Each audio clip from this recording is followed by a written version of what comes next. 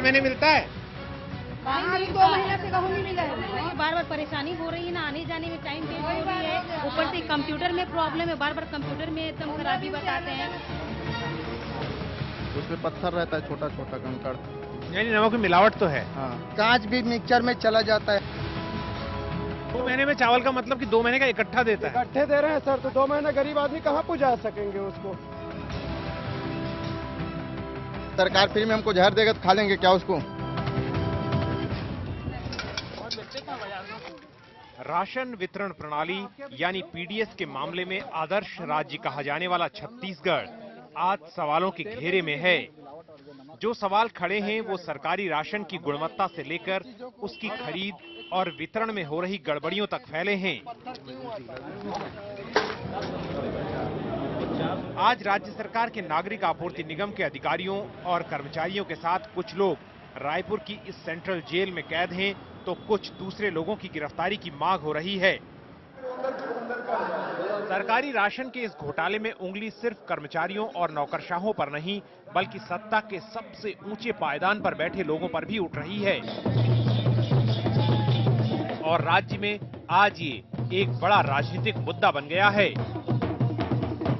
छत्तीसगढ़ में पीडीएस की सड़न इसी साल फरवरी में बाहर आनी शुरू हुई, जब नागरिक आपूर्ति निगम यानी नान के दफ्तर पर यहां छापे मारे गए। न केवल करोड़ों रुपए दफ्तर से बरामद हुए, बल्कि कई डायरियां भी बरामद होने की बात कही जाती है, जिनमें बड़े ऊंचे रसूख वाले लोगों के नाम हैं, जिनमें ब्यूरोक्रेट और यहां तक कि मंत्रियों के शामिल होने की बात कही गई।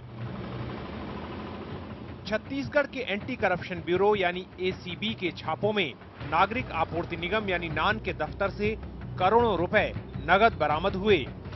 ये खेल सामने आया कि किसानों की धान की खरीद से लेकर उसकी मिलिंग के लिए उसे मिल मालिकों को देने तक बड़े बड़े कमीशन वसूले जाते थे। इतना ही नहीं, उसके बाद चावल को सरकारी राशन की दुकानों तक पहुंचाने में भी परिवहन में घोटाला किया गया। लेकिन इस घोटाले की परतें खोलने और सरकारी जांच एजेंसी की चार्जशीट में झांकने से पहले जमीनी हकीकत देखना जरूरी है। हम रुख करते हैं उन दूर दराज के गांवों का, जहां पीडीएस का राशन पहुंचाकर रमन सिंह सरकार ने सरकारी राशन वितरण प्रणाली के मामले में छत्तीसगढ़ की छवि एक आदर्श राज्य की बनाई। लेकिन राजधानी रायपुर से कोई 200 किलोमीटर दूर अचानकमार टाइगर रिजर्व के इन गांवों का हाल कुछ और ही दिखा। पता चला कि पिछले कुछ सालों में यहां लोगों को इतनी घटिया क्वालिटी का नमक मिलता रहा कि उसे खाया ही नहीं जा सकता। नमक मिलता है, उसमें पत्थर छोटा छोटा मिलता है। जो नमक का पैकेट जो पिसा हुआ नमक हाँ, वो सब्जी में डालने से पता चलता है, जब चम्मच चलाने से तो आवाज करता है, ऐसे चलाने से खड़ का आवाज आता है उसमें। वो नमक आपके पास क्या यहाँ आसपास गांव में जाएंगे तो मिल सकता है देखने को, जिसमें आप कह रहे हो? जरूर मिल जाएगा। नमक में कांच मिलावट है सर, कांच मिलावट है। जो सरकार जो बोलती है कि हम लोग को फोकट में अनुदान से नमक देती है, उसमें कांच मिलावट फैक्ट्री में जो चला जाता है तो नमक को अपने छांट के नहीं डालते। नमक में कांच मिलावट है। हम लोगों को आप लोग यहाँ गांव में हम जाएंगे तो आप कह रहे हैं कि मिलेगा ऐसा देखने को? अब नमक ही नहीं है, वो देवे नहीं करे थे। हाँ रही तो धो के दिखा दे, कांच है वो नमक में।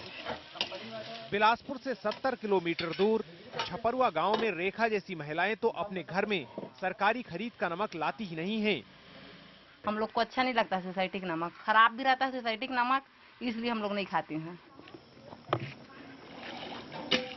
नमक ज्यादा यहाँ पर बिक रहा है बाजार में। हालांकि सरकार कहती है कि वो नमक फ्री दे रही है लोगों को। जी। तो मैं आपसे जानना चाहता हूँ, क्या जो नमक है वो फ्री आ जाता है? खाने लायक है ही नहीं नमक। जो फ्री गवर्नमेंट दे रही है, रमन सरकार जो दे रही है, वो खाने लायक नहीं है। किसी भी गांव के आदिवासी से आप पूछ सकते हैं।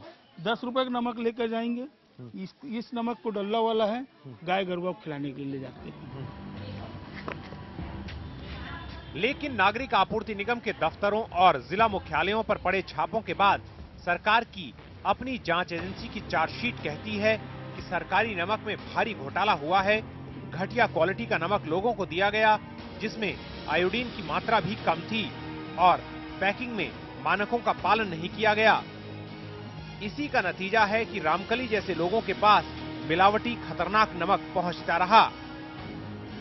रामकली जी, ये नमक आप कह रही हैं, ये वाला नमक तो ठीक है, लेकिन पहले जो पैकेट वाला नमक सरकार देती से कांच। उसमें कांच रहा था। हाँ। तो वो नमक आपने कभी ऐसा हुआ कि आपने लिया घर में और फिर उसे फेंक दिया खतरा समझ के कि इससे वो गाय गरुआ को खिला दे। हमने खुद सरकार की ओर से कुछ वक्त पहले तक दिए जा रहे अमृत नमक की पड़ताल की। रामकली जी ने हमें जो अचानकमार गांव में नमक का पैकेट दिखाया वो महिला और बाल कल्याण विभाग की ओर से महिलाओं के द्वारा बांटा जाता है और वो नमक ऐसा है जिसके बारे में कहा जा रहा है कि वो ठीक है, लेकिन 3 महीने पहले तक वो कह रही थी कि नमक की क्वालिटी ठीक नहीं थी और ये 3-4 महीने पुराना पैकेट है।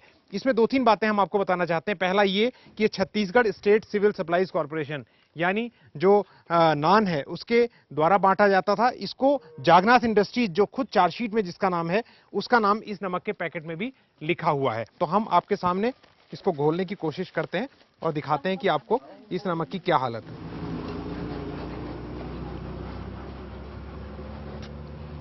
तो ये पानी जो हमने आपके सामने डाला था बिल्कुल साफ था और देखिए इसकी हालत क्या हुई है। ये पानी ना केवल गंदा हो गया है बल्कि शायद कैमरा दिखा पा रहा है या नहीं, अगर कानन जूम कर सकें तो इसमें ऊपर जो है साफ तौर पे हमें गंदगी बैठी हुई भी दिख रही है। इसमें से कुछ हिस्सा मैं आपको निकाल के दिखाना चाहता हूँ। शायद यही वजह है कि आज पीडीएस की दुकानों में नमक नहीं मिल रहा। हमने दूरदराज के गांवों और रायपुर के आसपास के इलाकों में पीडीएस की दुकानों को छाना तो नमक कहीं नहीं मिला।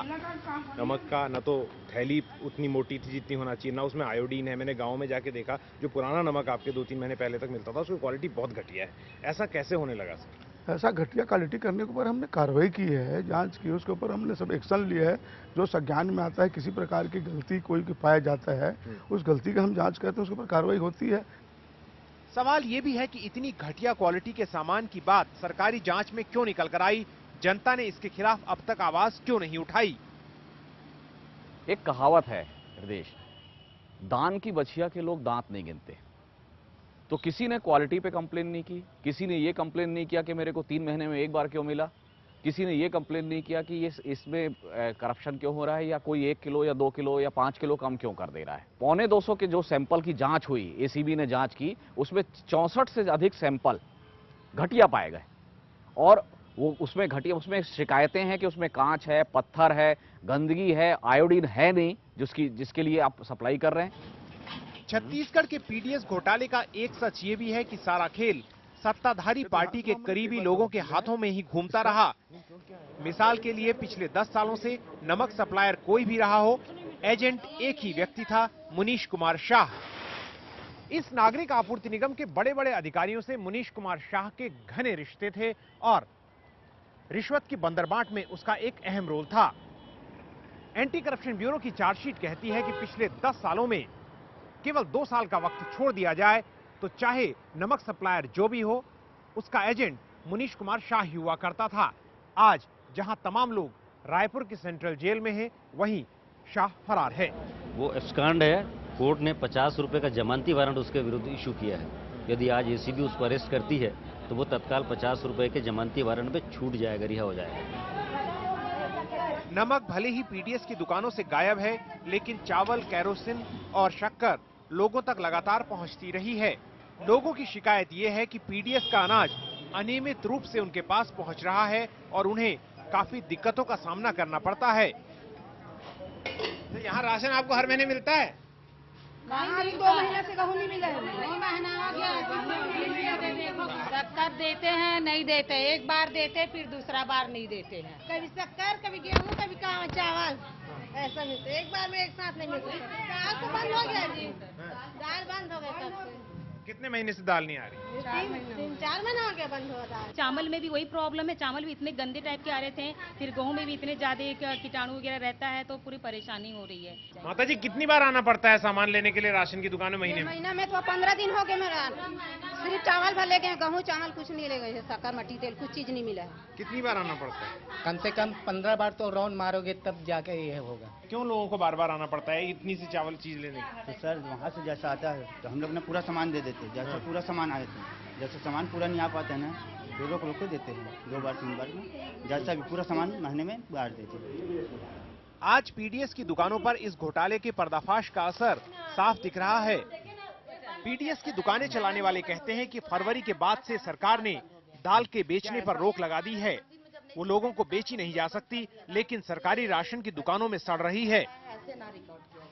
यहाँ पर पार्वती जी का जो पीडीएस सेंटर है, जो वो काफी मेहनत से चला रही हैं, उस पीडीएस सेंटर में दाल जो है रखे रखे खराब हो गई है। पार्वती जी एक बात बताइए, ये दाल यहाँ आई थी और हम देख रहे हैं इसमें कीड़े पड़ गए हैं रखे रखे, आपने इस दाल को बांटा क्यों नहीं लोगों में? सर वो मशीन से ही बंद हो गया सर। यानी एक मशीन होती है, जिस हाँ कंप्यूटराइज मशीन है, उसमें अगर वो उसको लॉक कर देंगे तो फिर आप नहीं दे देंगे सर, वो लॉक वहीं से हो जाता है, तो वो कब लॉक किया उन्होंने? उन लोग 1 मार्च से लॉक कर दिए। 1 मार्च से लॉक किया। ये बात ध्यान देने की है कि 12 फरवरी को नान के दफ्तर में छापे पड़े थे, उसके बाद से दाल के वितरण पर ही रोक लगा दी गई और दाल रखे रखे आज खराब हो गई, लोगों तक नहीं पहुंची। हैरान करने वाली बात यह है कि जिस छत्तीसगढ़ की तारीफ सुप्रीम कोर्ट ने कई बार राशन वितरण प्रणाली के लिए की, उसी राज्य के नेताओं, अफसरों और व्यापारियों ने भ्रष्टाचार का ऐसा जाल बुना। महत्वपूर्ण बात यह है कि जिस दौर में छत्तीसगढ़ में पीडीएस बढ़ता रहा, मुख्यमंत्री रमन सिंह चुनाव जीतते रहे, उन्हें चावल वाले बाबा कहा जाने लगा। यानी लोगों तक अनाज तो पहुंच रहा था, लेकिन अफसरों, नेताओं, मंत्रियों और व्यापारियों के लिए उसमें गड़बड़ी और भ्रष्टाचार का कुशन भी तैयार होता रहा। इन तमाम कमजोरियों के बावजूद इस बात से इनकार नहीं किया जा सकता कि सरकारी राशन ने गरीब की काफी मदद की है। बाजार की ताकतें अक्सर सामाजिक क्षेत्र की ऐसी योजनाओं का विरोध करते रही हैं और इस वक्त ये देखना होगा कि क्या रमन सिंह सरकार इस पूरे भ्रष्टाचार की एक पारदर्शी जांच कराती है या फिर इतनी बड़ी और महत्वपूर्ण योजना को बदनाम करने का मौका देती है। आगे देखेंगे एंटी करप्शन ब्यूरो की छानबीन या सिर्फ दिखावे की खानापूरी।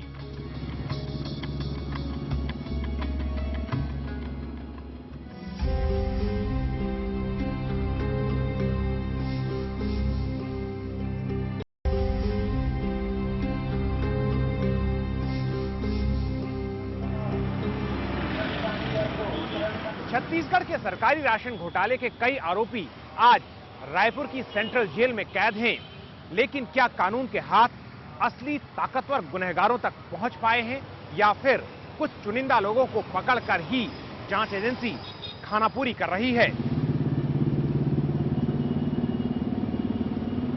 12 फरवरी को छत्तीसगढ़ के नागरिक आपूर्ति निगम के कार्यालय में छापे पड़े और इसके करीब 1 महीने बाद 15 मार्च को राष्ट्रीय अखबार राजस्थान पत्रिका ने एक स्टिंग ऑपरेशन के आधार पर दावा किया कि रिश्वत का पैसा बड़े बड़े नेताओं और मंत्रियों के पास जाता था और इसके तार मुख्यमंत्री रमन सिंह के करीबियों से जुड़ते हैं।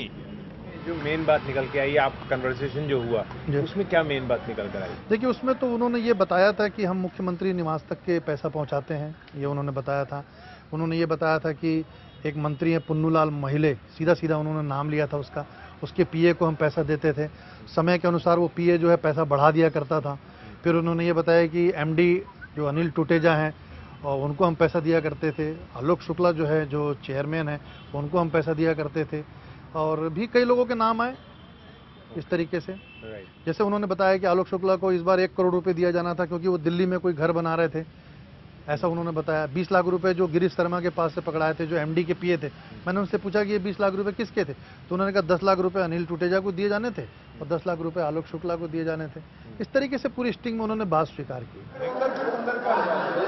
एंटी करप्शन ब्यूरो ने इन छापों में कुछ डायरियां बरामद होने की बात कही है, लेकिन विपक्ष और बचाव पक्ष के वकीलों का कहना है कि सिर्फ कुछ लोगों को फंसाया जा रहा है, जबकि ताकतवर और रसूख वाले लोगों को बचाने की कोशिश हो रही है।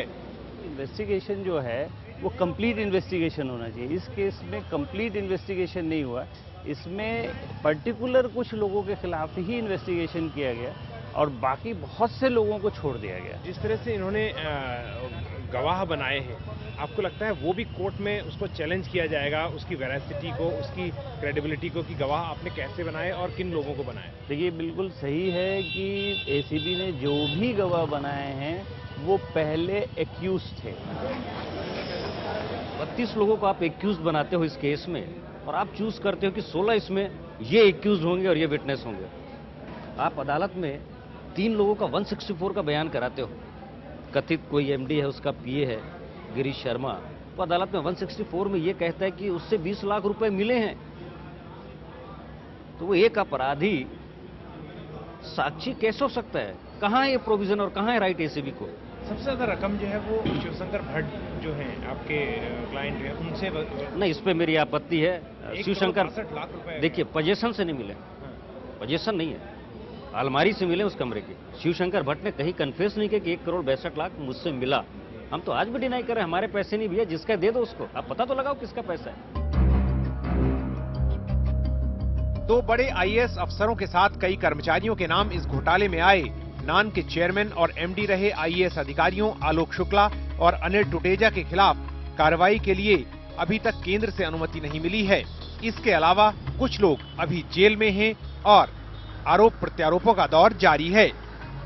10 साल से जब से इसका पीडीएस सिस्टम बना है तब से ये आ रहा है और इस राशि केवल ये 2-4 अधिकारी नहीं बल्कि चपरासी से लेकर मुख्यमंत्री निवास तक पहुंचता रहा है। और हम लोग जो डायरी प्रस्तुत किए हैं उसमें मुख्यमंत्री का, उसके रिश्तेदारों का और यहाँ से सतना, दिल्ली, लखनऊ और नागपुर तक में ट्रांसफर हुआ है।